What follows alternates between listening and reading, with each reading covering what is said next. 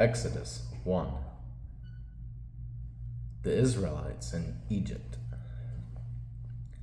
These are the names of the sons of Israel, that is Jacob, who moved to Egypt with their father, each with his family: Reuben, Simeon, Levi, Judah, Issachar, Zebulun, Benjamin, Dan, Naphtali, Gad, and Asher.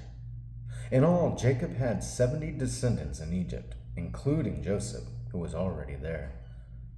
In time, Joseph and all his brothers died, ending that entire generation. But their descendants, the Israelites, had many children and grandchildren. In fact, they multiplied so greatly that they became extremely powerful and filled the land.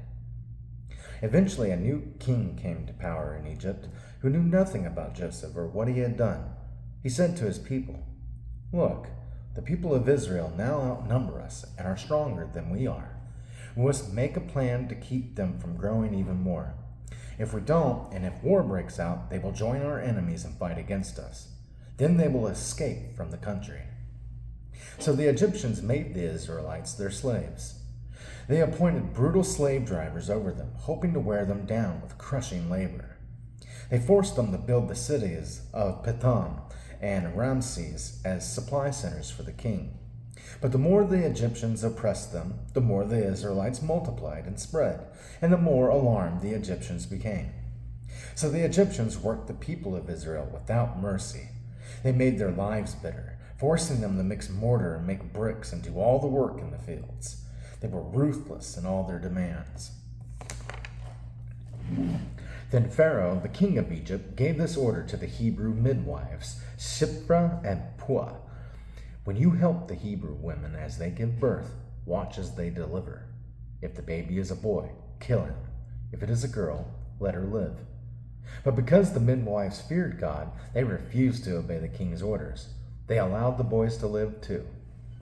So the king of Egypt called for the midwives. "Why have you done this?" he demanded. "Why have you allowed the boys to live?" "The Hebrew women are not like the Egyptian women," the midwives explained. "They are more vigorous and have their babies so quickly that we cannot get there in time." So God was good to the midwives, and the Israelites continued to multiply, growing more and more powerful.